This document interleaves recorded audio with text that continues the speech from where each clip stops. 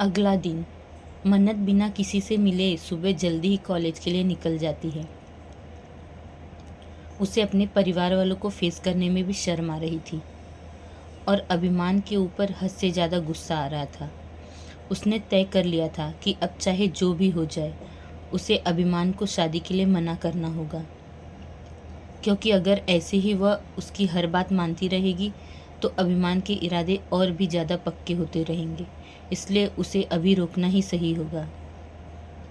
मन्नत कॉलेज पहुंची और अपनी क्लास में जाने लगती है कि तभी उसकी नज़र कुछ लड़कों के साथ खड़ी रक्षित पर जाती है। वो बिल्कुल सही सलामत खड़ा हुआ था। यह देख मन्नत एक राहत की सांस लेती है और उसके पास आ जाती है। मन्नत को देखते ही रक्षित के फेस पर भी स्माइल आ जाती है। तू ठीक तो है ना? मन्नत ने पूछा। हाँ, मैं बिल्कुल ठीक हूँ, पर तू आज इतनी जल्दी कैसे आ गई? तो हमेशा लेट आती है ना, फिर आज टाइम पे ये करिश्मा कैसे हो गया? रक्षित ने पूछा। तू प्लीज़ मेरे साथ चलेगा? मुझे तुझसे कुछ ज़रूरी बात करनी है। कहते हुए मन्नत के एक्सप्रेशन काफ़ी सीरियस थी। उसे इतना सीरियस देख रक्षित भी समझ जाता है और उसके साथ ग्राउंड में आ जाता है। मुझे पता है तू मेरे बारे में बहुत कुछ गलत सोच रहा होगा, पर ट्रस्ट मी, मैं उस आदमी को जानती भी नहीं हूँ। वो सिर्फ मेरे जीजू के रिश्तेदार हैं। मेरा उनसे कोई ताल्लुकात नहीं है, मन्नत ने कहा। तो रक्षित बीच में, तू इतनी सफाई क्यों दे रही है? मैं जानता हूँ तूने कुछ गलत नहीं किया, पर फिर भी मन्नत, वो आदमी बहुत डेंजरस है। उसके पास जानलेवा हथियार हैं यार। उसे उस दिन मैंने, सच कह रहा हूँ, बहुत डर गया था मैं। फिलहाल मुझे तेरे लिए डर लग रहा है। आखिर क्यों है वो तेरे पीछे? प्लीज़ मुझे सब कुछ क्लियर बताओ ताकि मैं तेरी मदद कर सकूं, रक्षित ने उसे संभालते हुए कहा। तो मन्नत ने उसे सारी बातें बता दी, यहाँ तक कि अभिमान और उसके बीच में हुई किस भी।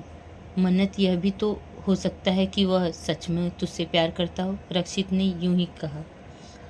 Are you mad? वह दुनिया के टॉप बिजनेसमैन हैं। पूरी दुनिया घूमी है उन्होंने। लड़कियों का अकाल है क्या जो वो मुझसे शादी करेगा या मुझे पसंद करेगा? उसके पीछे ज़रूर उनका कोई मकसद होगा या फिर कोई जाल, मन्नत ने इरिटेट होते हुए कहा। मुझ जैसी से क्या मतलब है? तुझमें क्या कमी है? रक्षित ने उसे देखते हुए कहा। डोंट फ्लर्ट विथ मी रक्षित, हाँ, वरना मेरी लात होगी और तेरा मुंह, कहकर मन्नत उसे घूरते हुए वहाँ से अपनी क्लास की तरफ चली गई। वहीं दूसरी तरफ मिथिला जी मन्नत से मिलने कोठारी निवास गई थी, पर काफ़ी देर इंतजार करने के बाद भी जब मन्नत घर वापस नहीं आई तो मिथिला जी उदास मन से ही बजाज हाउस वापस आ गई। उन्हें इस तरह लौटता देख अभिमान उनके पास आकर, क्या हुआ दीदी, एनी प्रॉब्लम? मन्नत घर पर नहीं थी, शायद उसे कोई काम होगा, मिथिला जी ने कहा। लो जी, कौन सा काम इतने सवेरे सवेरे? किसी को कोई काम शाम नहीं होता। वो कुड़ी हमसे मिलना ही नहीं चाहती। ये सब उसके पैतरे हैं और कुछ नहीं, गंगा जी ने कहा। तो अभिमान अपना गुस्सा कंट्रोल करते हुए मिथिला जी के कंधों पर हाथ रख, आप चिंता मत कीजिए दीदी, अब आप उसके पास नहीं जाएंगी। वो खुद आपके पास आकर माफ़ी मांगेगी। उसकी बात सुन मिथिला जी जल्दी से, पर अभिमान, उसकी ज़रूरत नहीं है, इसमें मन्नत की कोई गलती नहीं है। उसे थोड़ी ना पता था कि मैं घर आ रही हूँ। आई डोंट केयर, उसकी वजह से आपकी इंसल्ट हुई है और उसे अब इस चीज़ की माफ़ी मांगनी होगी, कहते हुए अभिमान घर से निकल जाता है। वही मिथिला जी गंगा जी की तरफ देख, आपको क्या ज़रूरत थी अभिमान से उल्टा सीधा कहने की? अब वो मन्नत पर गुस्सा करेगा ना? हाँ तो करने दे, लायक है वो उसके। और तुझे तो खुश होना चाहिए कि तेरा भाई तेरी इतनी फिक्र कर रहा है। अब मुझे कुछ मत बोल, इस सब में गलती उस लड़की की है तो माफ़ी तो उसे मांगनी ही चाहिए, गंगा जी ने मुंह बनाते हुए कहा और फिर अपने कमरे में चली गई। वहीं दूसरी तरफ अब तक मन्नत का कॉलेज ख़त्म हो चुका था, इसलिए मन्नत अपनी बुक्स हाथ में लिए ही बाहर आ रही थी कि तभी उसकी नज़र कॉलेज गेट के बाहर खड़े अभिमान पर पड़ी। उसके आसपास लड़कियों की भारी भीड़ इकट्ठा हो चुकी थी। सभी लड़कियां अभिमान से बात करने के लिए एक्साइटेड थी और उसका नाम भी ले रही थी। यह देख मन्नत की आंखें छोटी हो जाती हैं। यह आदमी यहाँ भी पहुँच गया। और तो और अभी भी इनकी बेशर्मी कम नहीं हुई है।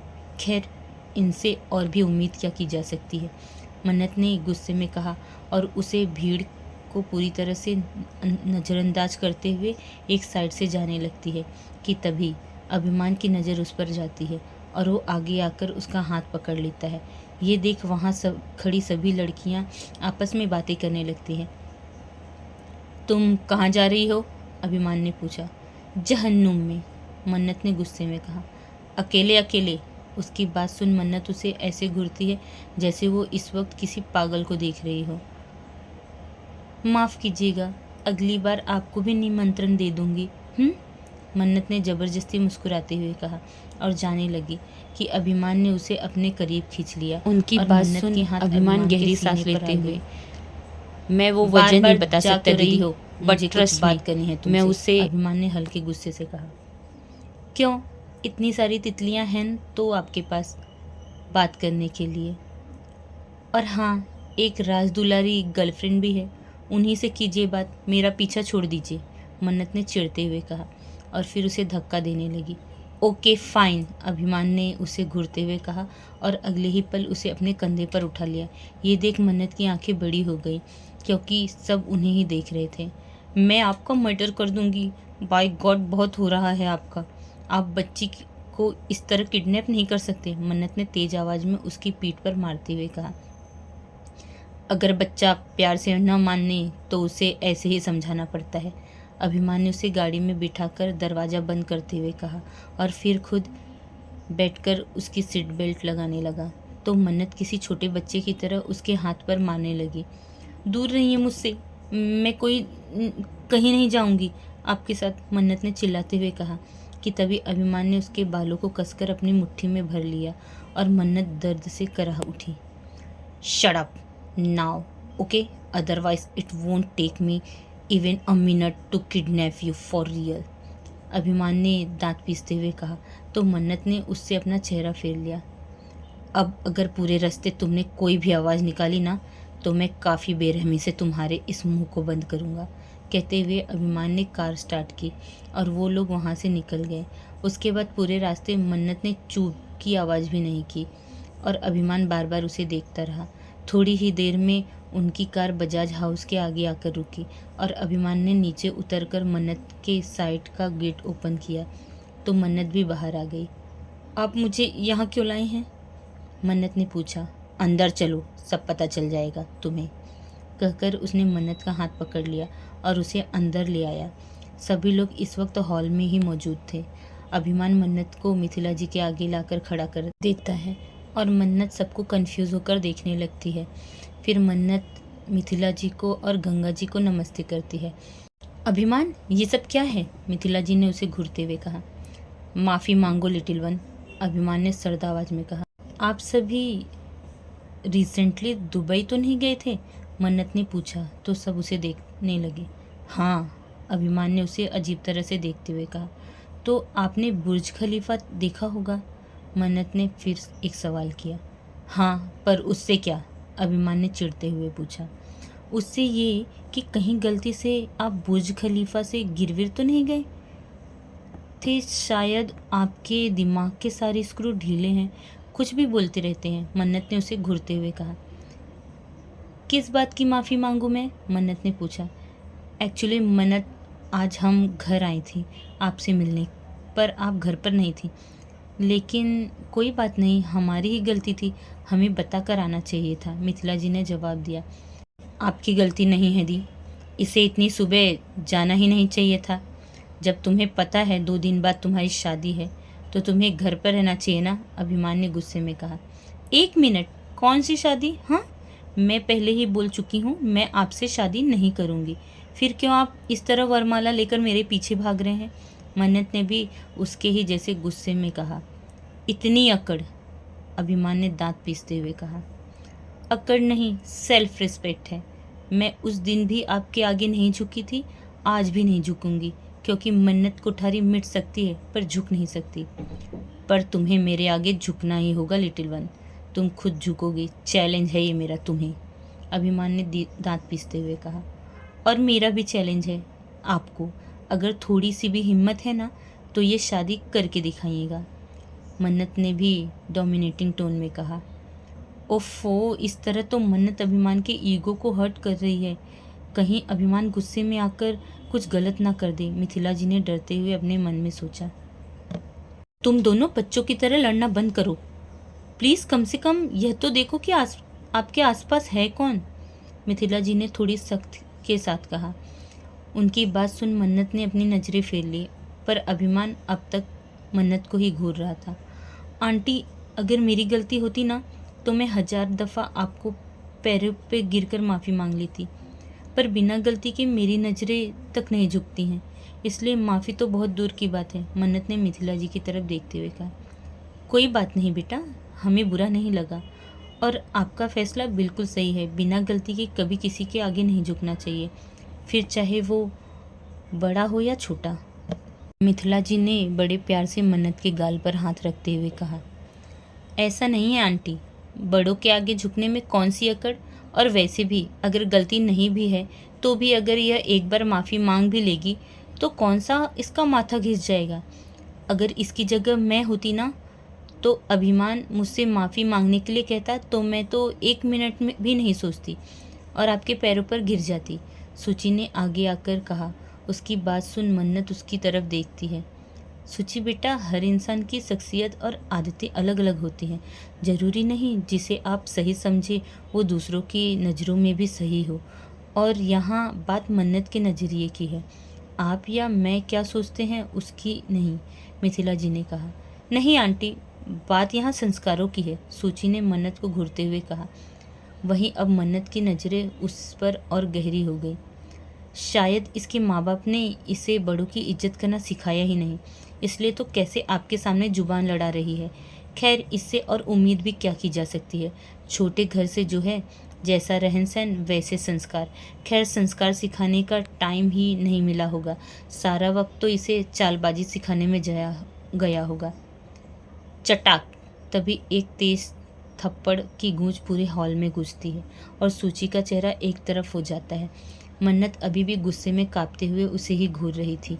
वहीं सबकी आंखें बड़ी हो जाती हैं। बहुत बोल लिया तुमने और बहुत सुन लिया मैंने। उम्र में बड़ी हो तो क्या कुछ भी बोलोगी? बिना गलती के माफ़ी मांगना अगर तुम्हारे संस्कार हैं तो रद्दी 100 बहुत घटिया संस्कार है, क्योंकि लोगों के आगे डोरमेट बनना तुम्हारा शौक होगा, मेरा नहीं। जाने को तो मैं भी तुम्हारे माँ बाप पर जा सकती हूँ, पर यह मेरे संस्कार नहीं है, मन्नत ने सूची को घूरते हुए कहा। How dare you to slap me, बोलते हुए सूची भी मन्नत के ऊपर हाथ उठा देती है, पर तभी अभिमान उसका हाथ पकड़ लेता है और सूची उसे घूरने लगती है।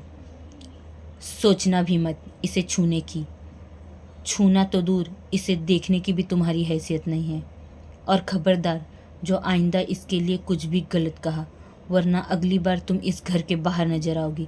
कहते हुए अभिमान उसका हाथ झटक देता है और सूची ना संभल पाने के कारण ज़मीन पर गिर जाती है।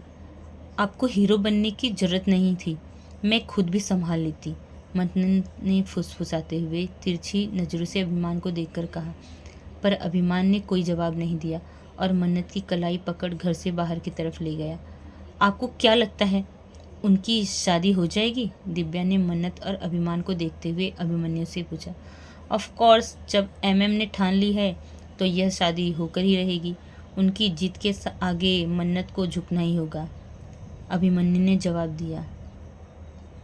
रॉन्ग, बल्कि मुझे तो इस बार मन्नत की जिद ज़्यादा स्ट्रांग लग रही है।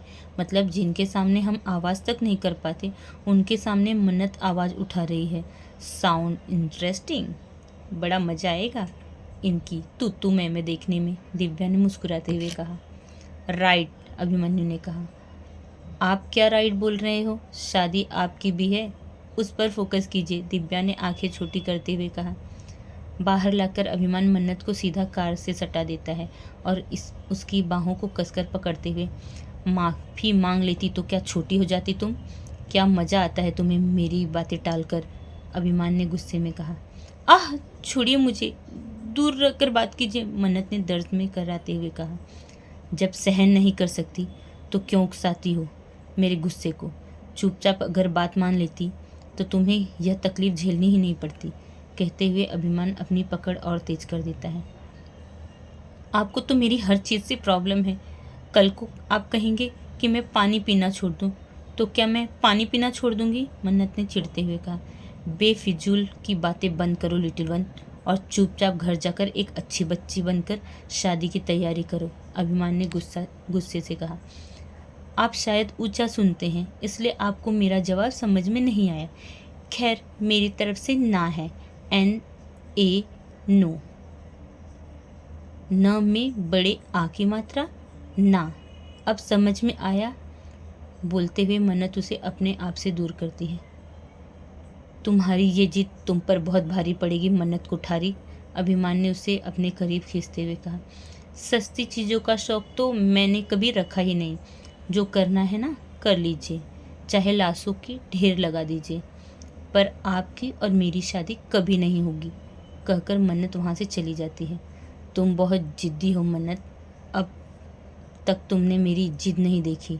मेरे ईगो को हर्ट करके गलती की है तुमने, तो अब सज़ा भी मिलेगी तुम्हें, पछताओगी तुम, और उस दिन को कोसेगी जब तुम मुझसे मिली, अभिमान ने मन्नत को देखते हुए डेविलिश वॉइस में कहा, और तब तक उसे देखता रहा जब तक मन्नत उसकी आंखों से ओझल ना हो गई।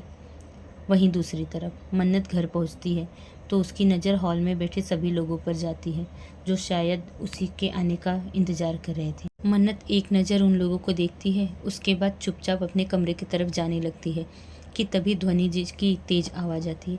इधर आओ मन्नत। उनकी बात सुन मन्नत उनके पास आ जाती है। इतनी सुबह सुबह कॉलेज क्यों गई थी आप?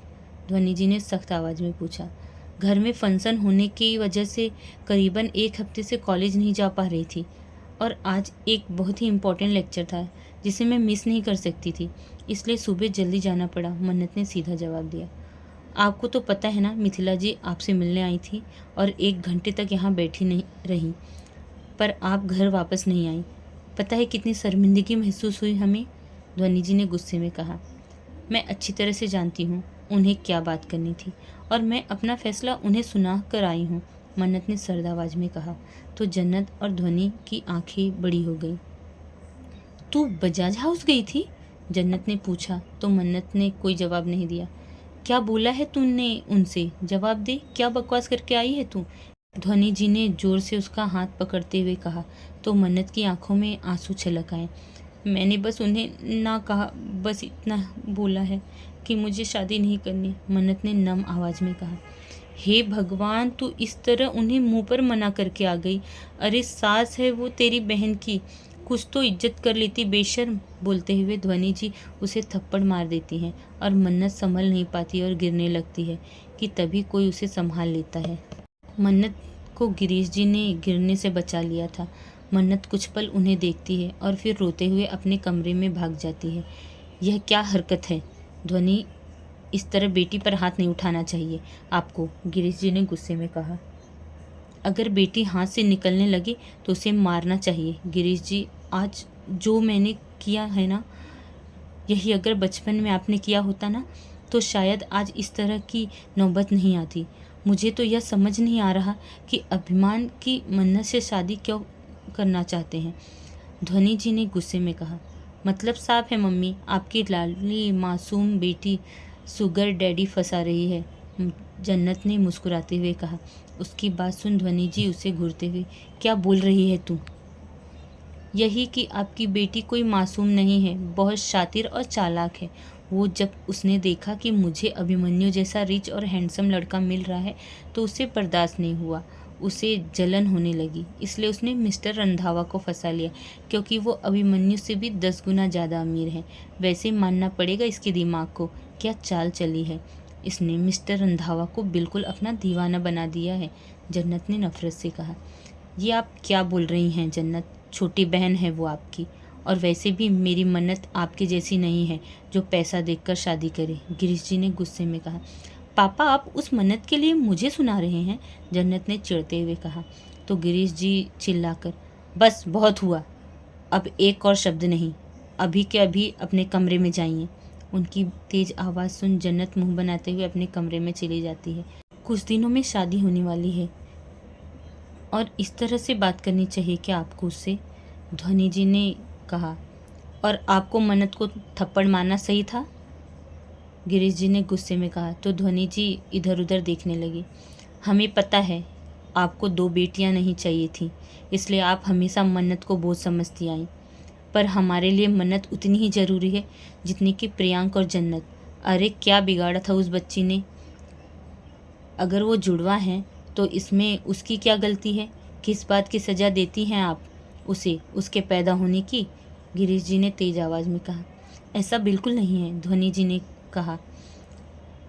तभी गिरीश जी उन्हें हाथ दिखाकर, बस बहुत हुआ ध्वनि जी, अब आप हमारी बेटी से दूर रहेंगी, कहते हुए गिरीश जी मन्नत के कमरे की तरफ चले गए। गिरीश जी मन्नत के कमरे में आते हैं। सारे कमरे में अंधेरा छाया हुआ था, बस बालकनी का डोर खुला होने की वजह से चांद की हल्की हल्की रोशनी कमरे में छाई हुई थी। मन्नत अपना मुंह तकिए में घुसाए लेटी हुई थी। उसके सारे बाल बेड पर बिखरे हुए थे। गिरीश जी हल्के से मन्नत का सिर बाहर निकालते हुए तो वो दंग रह जाते हैं। सारा तकिया आंसुओं से गीला हो चुका था। वहीं मन्नत का सारा चेहरा आंसुओं से भीगा हुआ था। वहीं उसकी आंखें बंद थी और काफ़ी हद तक सूजी हुई थी। उसका पूरा गाल लाल पड़ गया था और चेहरा भी रोने की वजह से लाल हो गया था। ऐसा लग रहा था कि वो रोते रोते थक कर सो गई थी, पर आंखों के आंसू अब तक थम नहीं पाए थे। ये देख गिरीश जी की आंखें भी नम हो जाती हैं और वो मन्नत को अपने सीने से लगा लेते हैं और मन्नत भी नींद में ही उनके गले लग जाती है। थोड़ी देर बाद मन्नत को अच्छे से सुलाने के बाद उसके माथे को चूम गिरीश जी बाहर चले जाते हैं। रात के तकरीबन 1:30 बजे मन्नत बेड के किनारे पर बेढंगे तरीके से लटकी हुई थी। उसकी नींद अभी भी बहुत गहरी थी।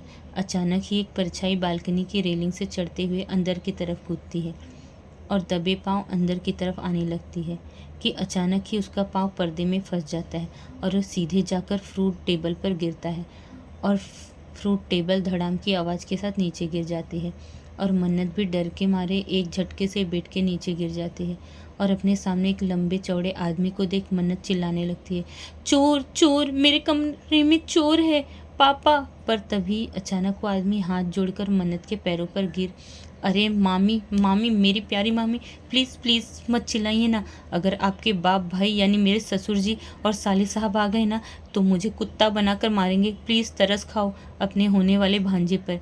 ये चोर और कोई नहीं अभिमन्यु था। ये देख मन्नत की आंखें बाहर आ गई।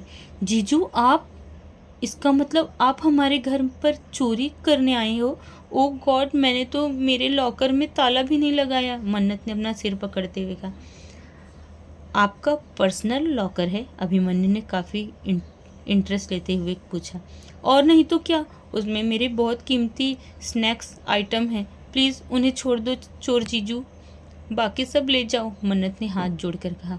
उसकी बात सुन अभिमन्यु अपना सिर पकड़ लेता है। अरे मामी जी डोंट वरी, मैं आपके स्नैक्स नहीं चुराऊंगा। ए कौन मामी, शर्म नहीं आती 19 साल की लड़की को मामी बोलते हुए? मन्नत ने उसे घूरते हुए कहा। एज से क्या होता है, अब अगर आप एमएम की वाइफ बनती हो तो मेरी मामी जी तो होगी ही ना, अभिमन्यु ने हल्का हंसते हुए कहा। प्लीज़ जीजू, मुझे उनके बारे में कोई बात नहीं करनी, और अगर उन्होंने आपको यहाँ भेजा है तो प्लीज़ वापस चले जाइए, क्योंकि मैं आपसे कोई बदतमीजी नहीं करना चाहती, मन्नत ने सीरियस होते हुए कहा। तो अभिमन्यु मुस्कुरा दिया। उन्होंने मुझे नहीं भेजा है, पर हाँ मैं उन्हीं के बारे में बात करने आया हूँ, क्योंकि शायद आप मेरे एमएम को बहुत गलत समझ रही हैं। कहते हुए अभिमन्यु ने मन्नत को बेड पर बैठने का इशारा किया तो मन्नत उसके सामने बैठ गई। आप एमएम को गलत सूची की वजह से समझती हैं ना, क्योंकि आपको लगता है कि वो आपके साथ होकर सूची को धोखा दे रहे हैं, अभिमन्यु ने कहा। तो मन्नत ने कोई जवाब नहीं दिया, वो बस सिर झुकाए ज़मीन को घूर रही थी। आप गलत हो मन्नत, धोखा एमएम ने नहीं दिया बल्कि सूची ने उन्हें दिया। ये सुन मन्नत उसकी तरफ देखती है। हाँ मन्नत, मेरे एमएम कभी किसी को कभी धोखा दे ही नहीं सकते। वो अगर कभी किसी का हाथ थामते हैं तो ज़िंदगी भर के लिए थामते हैं, जैसे वो तुम्हारा थामना चाहते हैं, अभिमन्यु ने कहा। मन्नत भी हैरानी से उसकी बातें सुन रही थी। पर धोखा कब कैसे, मन्नत ने पूछा। इस बारे में हमारे घर में किसी को भी नहीं पता है सिवाय मेरे। सूची और एमएम 10 साल से डेट कर रहे थे। एमएम सूची को काफ़ी पसंद भी करते थे। वो दोनों काफ़ी खुश लगते थे एक दूसरे के साथ। मैंने और दिव्या ने तो उन दोनों के नाम के कपल कार्ड्स भी बनाए थे। और फिर माँ उन दोनों की शादी भी तय कर देती है। सब कुछ एकदम परफेक्ट जा रहा था, हम सब बहुत खुश थे। एक दिन अचानक ही एंगेजमेंट सेरेमनी वाले दिन जब MM सूची को उसके कमरे में लेने के लिए गए, तब बोलते हुए अभिमन्यु रुक गया। वही मन्नत उसके एक्सप्रेशन नोटिस कर रही थी, जो कि काफ़ी बेचैनी भरे थे। उन्होंने सूची और उन्हीं के दोस्त तन्मय को एक साथ एक ही बेड पर देखा। अभिमन्यु ने मुश्किल से कहा। उसकी बात सुन मन्नत हैरान रह जाती है और उसे वो दिन याद आ जाता है जब उसने मोहक और जेना को एक साथ बेड पर देखा था। अरे है कौन आप मेरे? Who are you mister Abhimanyu Singh Randhawa? एक टिपिकल से अयास बिजनेसमैन जैसे लड़कियां सिर्फ अपनी ज़रूरत का खिलौना लगती हैं, पर शायद इस बार आपने गलत लड़की चुन ली है। अपने बोले हुए कुछ शब्द याद कर मन्नत अपना सिर पकड़ लेती है। ओ गॉड, मैंने क्या क्या कह दिया उन्हें? और उन्होंने उफ तक नहीं की, चुपचाप मेरे सारे इल्ज़ामों को सहते रहे। ये सब सोचते हुए मन्नत को अफसोस हो रहा था। हाय राम, मन्नत ने नम आँखों से कहा। ये देख अभिमन्यु झुककर उसके पैरों के पास बैठा। क्या हुआ, आप रो क्यों रही हैं? मैंने कुछ गलत किया क्या? अभिमन्यु ने फिक्र से पूछा। नहीं, मैंने आपके MM को गुस्से में बहुत कुछ गंदा गंदा बोल दिया, क्योंकि मुझे ये सब पता ही नहीं था। उन्हें कितना हर्ट हुआ होगा, है ना, मेरी वजह से? कहते हुए मन्नत और ज़ोर से रोने लगती है। अरे मामी जी, रोइए मत प्लीज़, आपके प्रिटी फेस पर ये आंसू बिल्कुल सूट नहीं करते। और वैसे भी अगर आप अभी मेरे साथ चलकर MM से सच्चे दिल से माफ़ी मांगेंगे ना, तो वो आपको झट से माफ़ कर देंगे, अभिमन्यु ने प्यार से कहा। पक्का? मन्नत ने अपनी नाक को रब करते हुए सिसक कर कहा। पक्कम पक्का, अब चले? अभिमन्यु ने हंसकर कहा। तो मन्नत भी सिर हिलाकर उसके साथ जाने के लिए मान गई। अभिमन्यु वापस से बालकनी की तरफ जाने लगा तो मन्नत मुंह बनाकर, अब वहाँ कहाँ जा रहे हो? दामाद हो आप इस घर के, कोई बंदर नहीं, चलिए सीधे रास्ते से जाएंगे हम। अगर किसी ने देख लिया तो? अभिमन्यु ने डरते हुए कहा। ओफो, कुछ नहीं होगा। व्हेन मन्नत is here why so fear? आप चलिए तो हम पीछे के रास्ते से जाएंगे। कहते हुए मन्नत अभिमन्यु के साथ बैकडोर से घर के बाहर आ जाती है और कार में बैठ बजाज हाउस के लिए निकल जाती है। थोड़ी ही देर में उनकी कार बजाज हाउस के आगे आकर रुकती है और मन्नत पीछे की तरफ जाने लगती है। रास्ता इधर है मामी जी, अभिमन्यु ने कहा। तो मन्नत ने दांत पीसते हुए कहा, मन्नत कहो मुझे। ओके ओके, पर रास्ता इधर है, आप वहाँ कहाँ जा रही हैं? मुझे भी चोर बनकर उनके कमरे में जाना है। देखो तो कितना मज़ा लिया है आपने, मन्नत ने मुस्कुराते हुए कहा। अच्छा, यह सब जानने के बाद क्या अब आप MM से शादी करोगी? अभिमन्यु ने पूछा। बिल्कुल भी नहीं, मैं यहाँ सिर्फ अपनी गलती और अपनी बदतमीजी की माफ़ी मांगने आई हूँ। अपना फैसला मैंने सुबह ही सुना चुकी हूँ और वो भी कभी नहीं बदलेगा, मन्नत ने सर्द आवाज़ में कहा। अच्छा ठीक है, आइए मैं आपकी मदद कर देता हूँ। कहते हुए अभिमन्यु उसके साथ चला गया और बाकायदा उसे ऊपर अभिमान के कमरे तक छोड़ दिया। मन्नत कमरे में आती है और अभिमान को देखती है, जो पेट के बल सो रहा था। उसके आधे शरीर पर ब्लैंकेट था, जिसकी वजह से उसकी पीठ मन्नत को दिख रही थी। मन्नत धीरे धीरे बेड पर चढ़ती है और बिल्कुल अभिमान के सामने जाकर बैठ जाती है। इतनी तेज AC, ऊपर से ऊपर कुछ पहना भी नहीं है, ऐसे तो ठंड लग जाएगी, मन्नत उसे घूरते हुए बड़बड़ा रही थी कि तभी अभिमान नींद में ही हल्की हल्की आंखें खोलता है और मन्नत मुस्कुराते हुए, हाय मामा जी, सुबह हो गई, सूरज मामू आ गए। उसकी बातें सुन अभिमन्यु रेलिंग के पीछे से ही धीरे धीरे हंसता है। That is for today guys. आज मैंने लॉन्ग चैप्टर दिया है, तो प्लीज़ कमेंट्स ज़रूर कीजिएगा। अगर आपको नेक्स्ट चैप्टर जल्दी चाहिए तो फिर अगर 2 कमेंट्स आ गए तो मैं शाम तक आपको एक चैप्टर और दे दूँगी। तो आज के लिए इतना ही। प्लीज़ लाइक कीजिए, शेयर कीजिए और सब्सक्राइब करना मत भूलिएगा। और जो नए हैं मेरे चैनल पे, प्लीज़ सब्सक्राइब कीजिए ताकि आपको नेक्स्ट चैप्टर का अपडेट मिले। तो आज के लिए इतना ही, बाय बाय।